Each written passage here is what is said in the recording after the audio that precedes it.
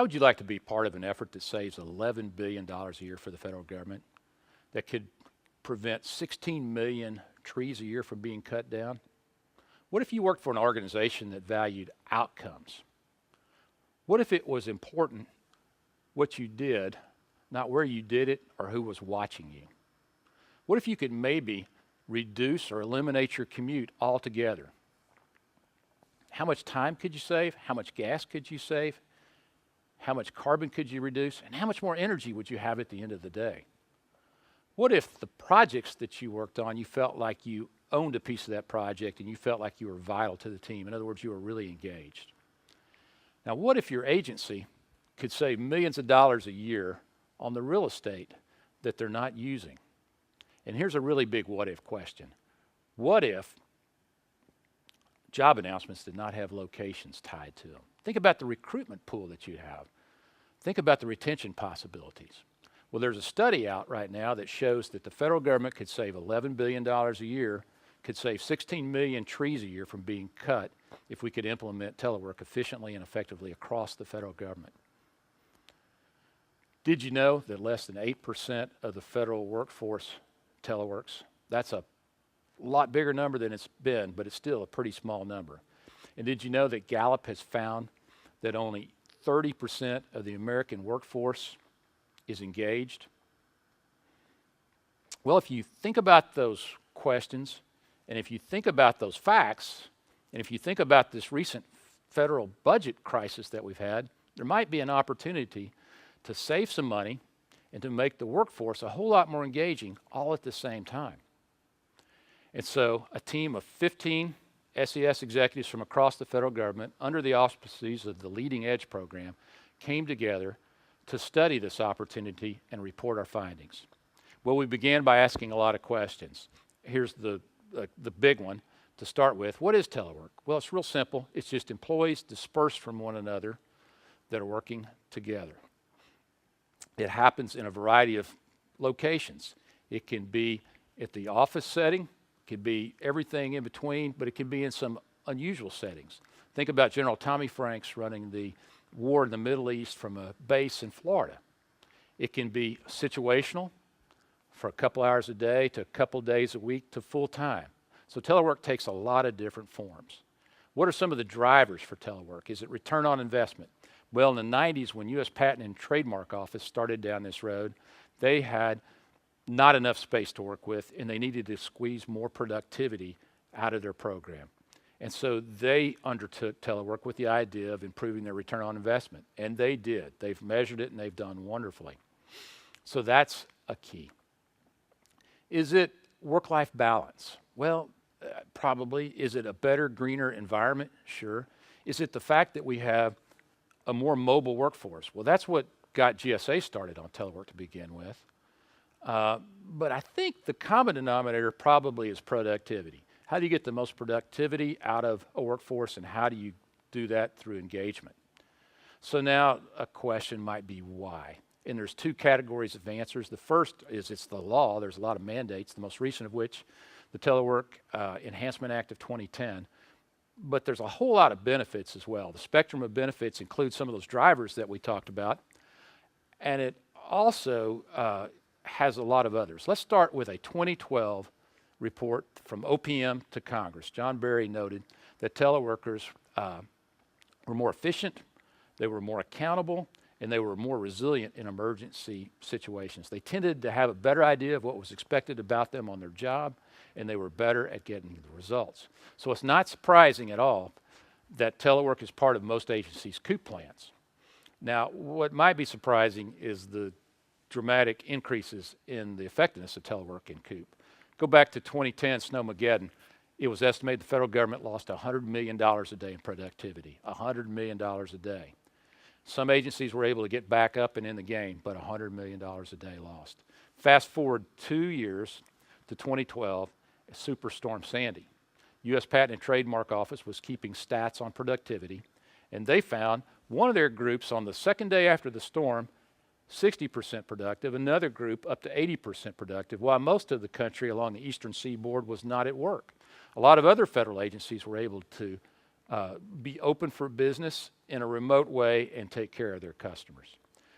OPM also found that there were a number of societal benefits, key of which was probably less congestion due to less commuting. And there's lots of other benefits as well. Let's talk about some of those. Work-life balance, flexibility, less stress for employees, which translates to better employee well-being. Employee well-being translates to more engagement and more productivity, so that's key. But another key benefit is the dramatic impact that telework can have on avoiding or eliminating real estate cost. And we'll talk about some specific examples in our findings. So now let's ask some how questions. How do you weave telework into your culture? That's a key question. How do you ensure engagement? How do you avoid professional and social isolation? How do you ensure knowledge sharing? How do you get to collaboration? Is there an impact on succession planning? Will people that were teleworking not apply for jobs that provide them less teleworking opportunities? Something to consider. And how do you influence security and infrastructure? Well, let's look at infrastructure first. It's like a car. You got to have tires and gas and oil to make it go. Same thing with telework. You got to have all the essential ingredients. And then just like a car, you wouldn't want to park it somewhere and have it vandalized. You'd want to have it secure. So you got to have the right security.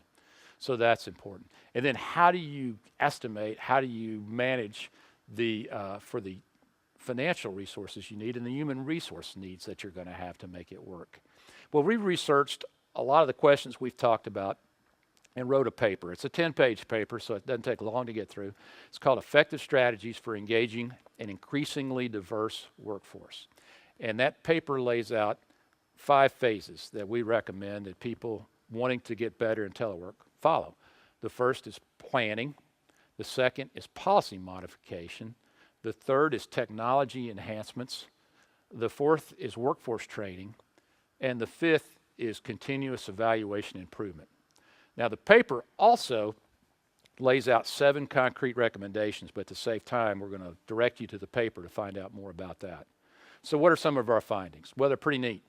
And they range the gamut. Let's start off with a GSA commission study by Booz Allen Hamilton that showed that employees could get anywhere from 225 to 1,500% more productive if they had effective teleworking arrangements. We found that agencies that engage in telework have seen their employee viewpoint survey scores go up 15 points. U.S. Patent and Trademark Office has attributed telework as one of the reasons that they're one of the top 10 places in government to work. We have found that some agencies weave it into their business processes. For example, there's an agency that asks all employees to take telework training, and when you come out of the telework training, you have a telework agreement unless there's some reason you shouldn't have it. Other agencies weave it into their collective bargaining agreements. But we found out everywhere that it works because the top management telegraphs it in a lot of ways, through their policies, through their planning, but also through their actions.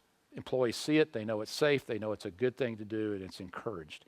And the agencies brag about the results that they're getting.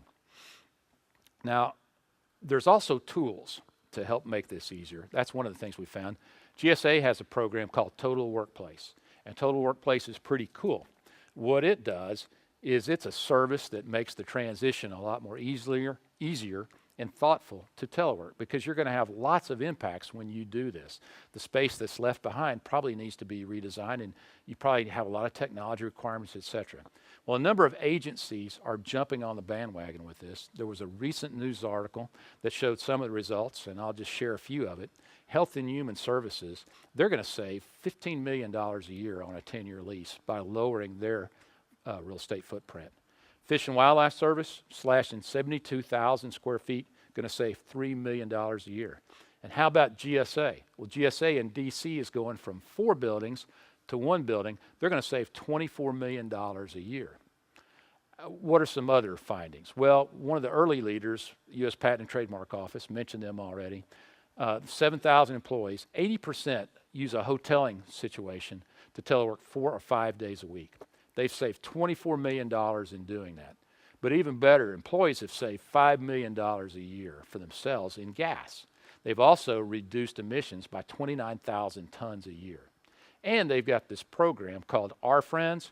Our Friends is a way that gets at some of those needs for collaboration and social interaction. And it works all across the continental United States for them. And it's worked really good. Some other results. Well, Department of Agriculture studies suggest that $200 million a year in transit subsidies could be saved. Department of Transportation has noted that they've saved 30 million commuter miles.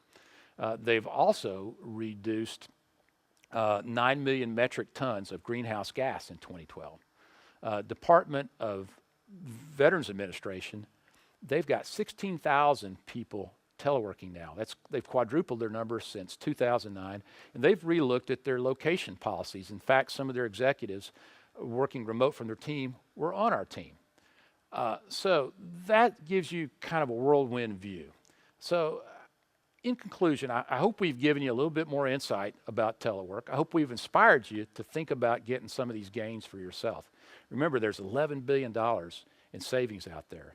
There's 16 million trees that we could prevent from going down. To make it just a little bit easier, we've garnered a group of people that have agreed to serve as mentors or benchmarks, and we've listed them in the paper. You can reach out to them, and they're happy to help you. Also, think one more time before we leave. Only 8% of the federal civilian workforce teleworks. Only 30% are fully engaged in the United States work population. We can make those numbers a whole lot better and get a lot more benefits and make the workplace a lot more engaging in the process. Thanks.